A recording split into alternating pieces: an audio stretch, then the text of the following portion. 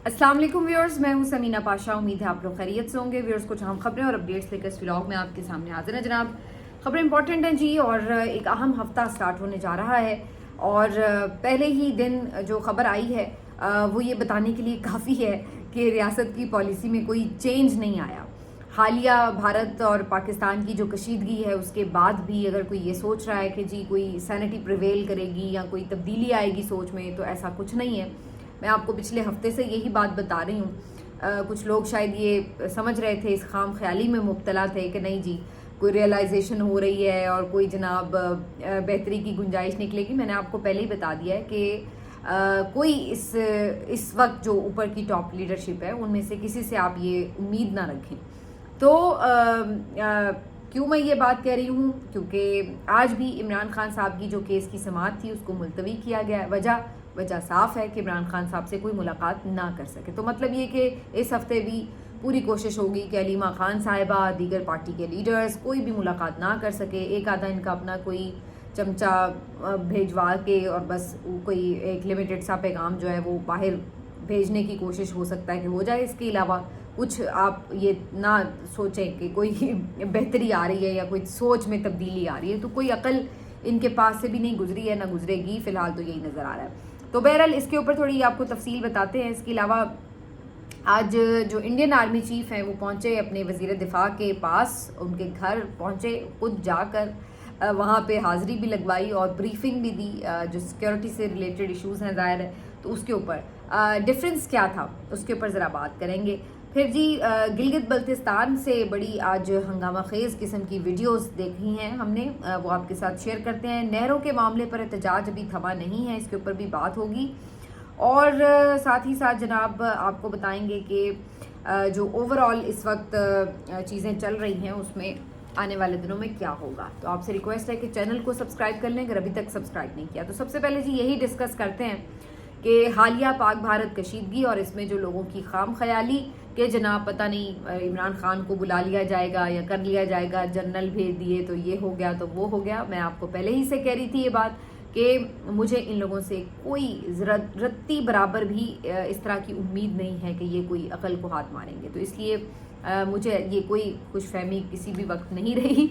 और इसका एक इजहार एक और हो गया है। तोशाखाना 2 स्कैंडल जो है उसकी आपको पता है जेल में पहले से ही हो रही थी जो समातें, लेकिन फरवरी के बाद से ये समातें बंद हैं।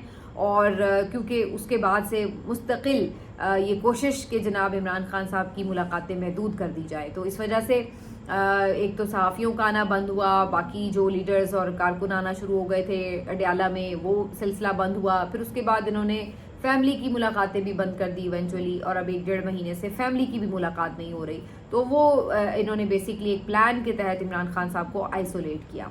तो अब ये तोशाखाना की जो समाअत थी आज के दिन के लिए फ़िक्स थी, लेकिन इमरान खान साहब के वकील खालिद यूसुफ चौधरी साहब को ये पैगाम भेज दिया गया अदालती अमले की तरफ से कि जनाब कोई जो है वो समाअत नहीं हो रही। इसी तरह GHQ की गेट हमला केस की जो समाअत है वो भी इसी तरह बार बार मनसूख हो जाती है। तो ये अब एक हमें रविश नज़र आ रही है। इससे पता क्या चल रहा है? पता वही चल रहा है कि इमरान खान साहब से मुलाकातों पर पाबंदी रहेगी, कि उनकी आइसोलेशन बरकरार रहेगी, कि इमरान खान साहब का किसी भी हवाले से कोई पैगाम बाहर नहीं आने दिया जाएगा। और कोशिश यही रहेगी कि इमरान खान साहब का इवन इंडिया के मामले के ऊपर भी कोई तगड़ा बयान सामने ना आ सके। उसकी वजह क्या है? उसकी वजह यह है कि जो इन्होंने ऊपर पपेट्स बिठाए हुए हैं उनके तो आपने हालात देख ही लिए हैं कि नवाज शरीफ साहब हों, शहबाज शरीफ साहब हों, मरियम नवाज साहिबा हों, इनके जिस तरह से इस वक्त ट्विटर खामोश हैं, जिस तरह से इनकी ज़ुबानें गूंगी हो चुकी हैं, और इनको इस वक्त जो वो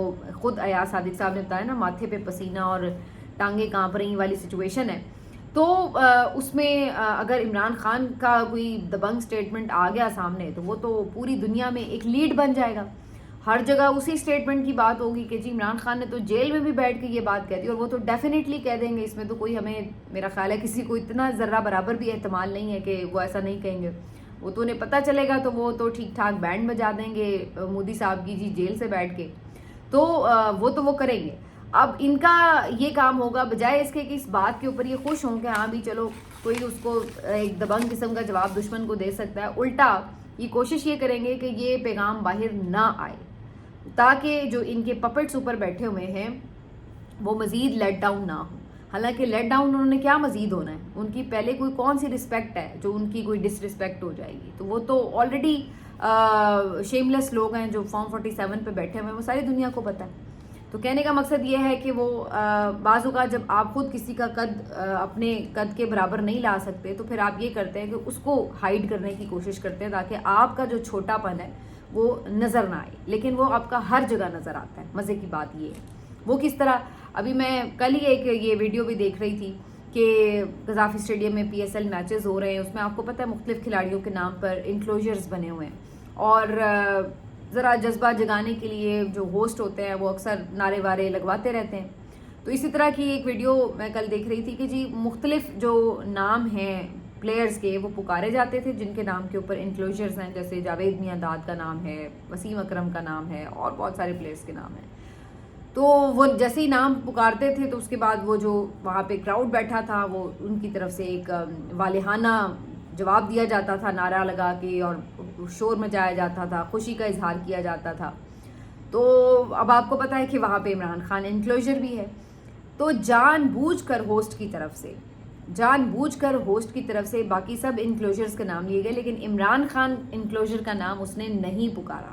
اور وجہ بڑی صاف تھی, کیونکہ اسے پتہ تھا کہ اگر یہ نام پکارا تو شاید اتنی زور کا شور اٹھے گا کہ پورے لاہور میں آواز چلی جائے گی اور سب کو پتہ چل جائے گا کہ کسی شعر کا نام پکارا گیا ہے. تو اسی وجہ سے انہوں نے کہا کہ نام ہی نہ پکارو تاکہ لوگوں کا رد عمل سامنے آ ہی نہ سکے.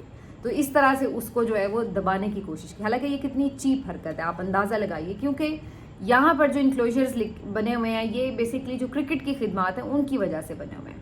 تو اگر آپ عمران خان کے سیاسی کردار کو ایک طرف بھی رکھ دیں تو ان کی جو کرکٹ کی خدمات ہیں وہ تو آپ فراموش نہیں کر سکتے. تو جو ان کا وہاں پہ کریڈٹ بنتا ہے وہ تو آپ کو کم از کم بڑے پن کا مظاہرہ کرتے ہوئے دینا ہی چاہیے.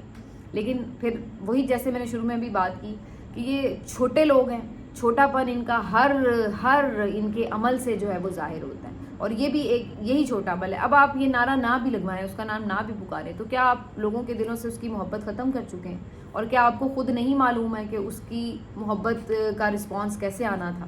تو پتہ تو سب کو ہے, لیکن اصل بات یہ کہ وہ چھوٹا پن جو ہے وہ ظاہر کرنا ضروری ہوتا ہے, تو وہ یہ ہمیشہ کر دیتے ہیں. تو یہ ایک اسی کا مظہر ہے. اب یہ ٹی وی پہ تصویر نہ دکھانا یا نام نہ چلوانا, یہ بیسکلی کیا ہے؟ یہ بھی اسی چھوٹے پن کی ایک نشانی ہے کہ مطلب جو دشمن للکار رہا ہے اس کا نام چل رہا ہے, مودی کی تصویر بھی چل رہی ہے, اس کی دھمکی بھی چل رہی ہے, اس کی شکل بھی چل رہی ہے.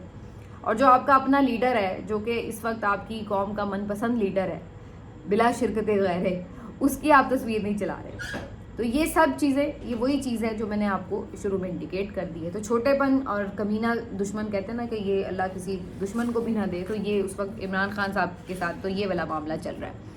حالت ان کی یہ ہے کہ ایک طرف جیسے میں نے کہا کہ صورتحال یہ ہے کہ جی جنگ چھڑ رہی ہے, یہ ہو رہا ہے, وہ ہو رہا ہے, اور دوسری طرف ان کی پرائرٹیز کیا ہیں. ابھی مجھے یہ خبر میں نے دیکھی ہے, PTI آفیشل کا یہ کلیم ہے کہ ان کے جو تحصیل کھاریاں کے جنرل سیکرٹری ہیں شیراز لنگڑیال, ان کو ان کے اسکول لالا موسیٰ سے اغوا کر لیا گیا, وہاں سے ان کو اٹھا لیا گیا. تو اب مطلب آپ دیکھیے, اندازہ لگائیے کہ آپ کا ملک حالت جنگ میں ہے, دشمن آپ کا جو آپ سے 7 گنا بڑا ہے اس وقت غصے میں پاگل ہو کر, جنگی جنون میں مبتلا ہو کر اپنے مورچے بنا رہا ہے, اور آپ مورچے بنانے کے بجائے کیا کر رہے ہیں کہ اپنے ہی سیاسی لیڈرز کو اٹھا رہے ہیں. ان کی پرائرٹیز ان حالات میں بھی نہیں بدلتی, اور پھر اوپر سے ڈیمانڈ یہ ہے کہ جی سب پیچھے متحد کھڑے ہو جائیں, سب ہمارا ساتھ دے دیں. بھائی اس طرح کے حالات میں اس طرح ساتھ مانگا جاتا ہے کیا؟ یہ طریقہ کار ہوتا ہے ساتھ مانگنے کا کہ آپ ان کے اوپر ظلم کا کوئی سلسلہ کسی وقت روکیں ہی نہ. مجھے تو یہ ان لوگوں کے پاگل پن سے خدشہ ہوتا ہے کہ یہ تو کہیں میرا خیال ہے کہ قیامت کا بھی اعلان ہو رہا ہوگا نا, تو ان کی کوشش یہ ہوگی کہ قیامت تو آتی پھرے گی, وہ تو ہم نمٹ لیں گے, ہم ذرا PTI کے لوگوں کو فکس کر دیں, پہلے وہ بندہ اٹھا لیں جس نے یہ ٹویٹ کیا تھا یا جس نے یہ بات کی تھی. تو یہ لوگ تو اس حد تک ذہنی مریض بن چکے ہیں اور اس پاگل پن کا شکار ہیں. تو بہرحال اب اس کے اوپر اب کیا مزید بات کی جا سکتی ہے؟ یہ تو اب ایک ہمارے اوپر کوئی عذاب ہے جو مسلط ہے, اور پتہ نہیں کب تک مسلط رہے گا.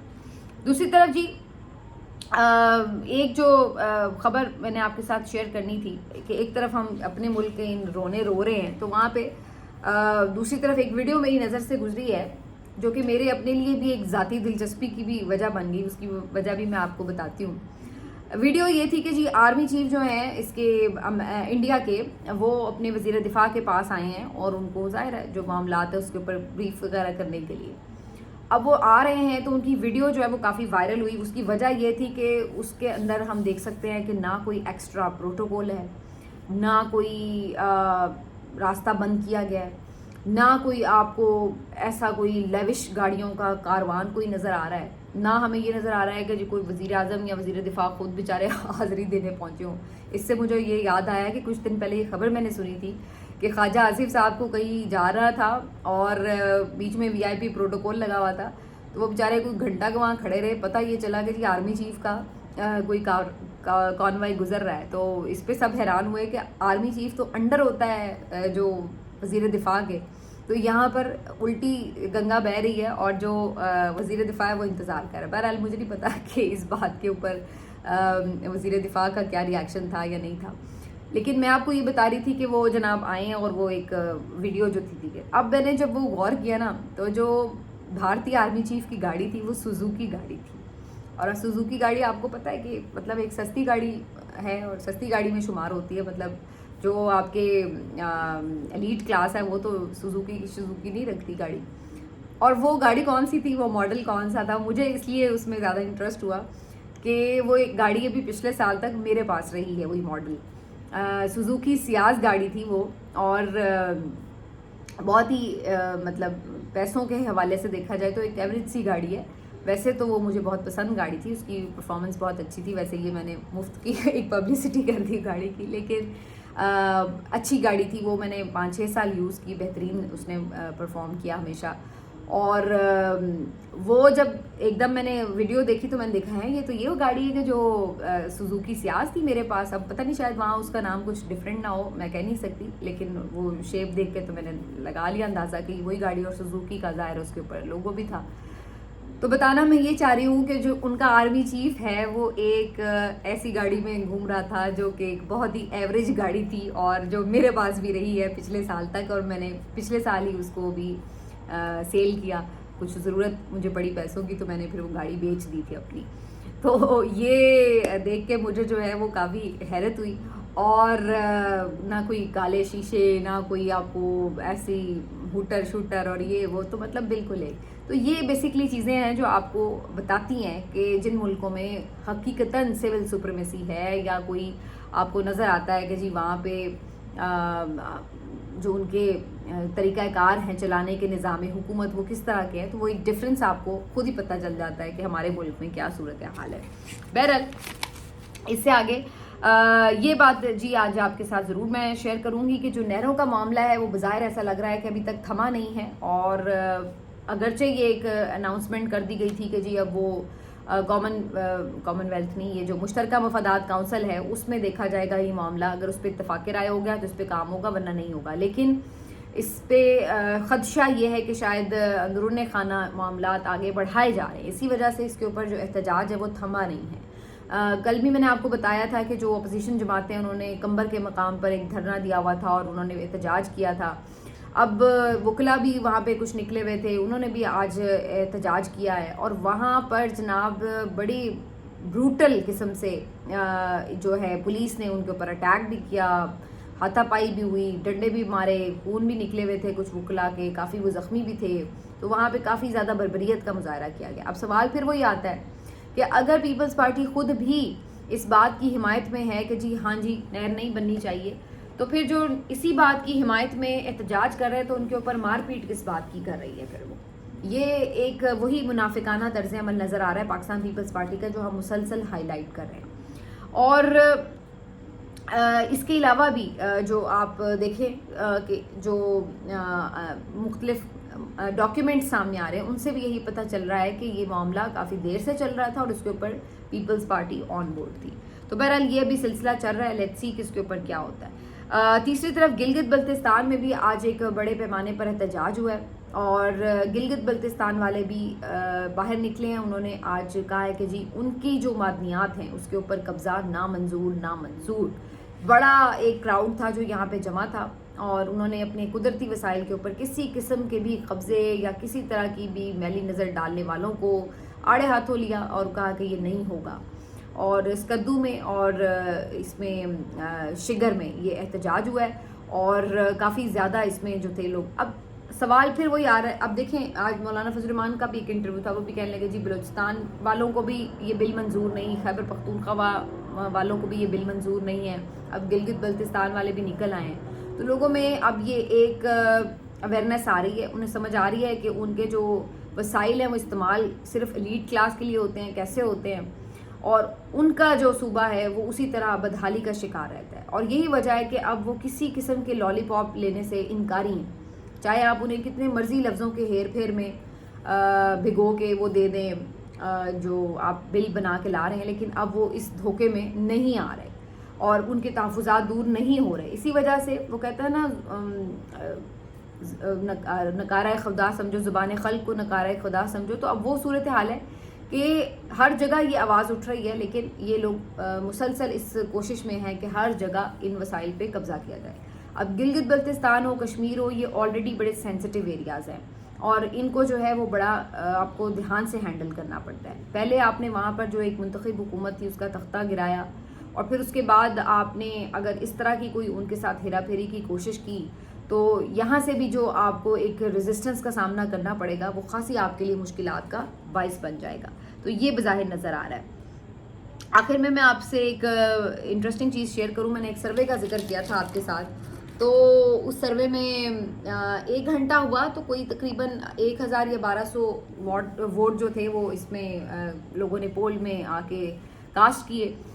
اچھا, اس میں جو رزلٹ تھا اس کے مطابق جو کچھ 34% لوگ تھے وہ کہہ رہے تھے کہ جی یقین ہے کہ جنگ ہونی نہیں ہے, اور اسی طرح اتنے ہی آلموسٹ 30-32% لوگوں کا خیال تھا کہ جی اپنے ہی ہمارے حالات ایسے ہیں, اسی میں ہم پڑے ہوئے ہیں, دلچسپی نہیں ہے, یہ وہ, تو اس طرح کی باتیں. اور اس وقت تک صرف 7% لوگوں کا خیال تھا کہ پاک فوج پر اعتماد ہے کہ وہ دفاع کر لیں گے.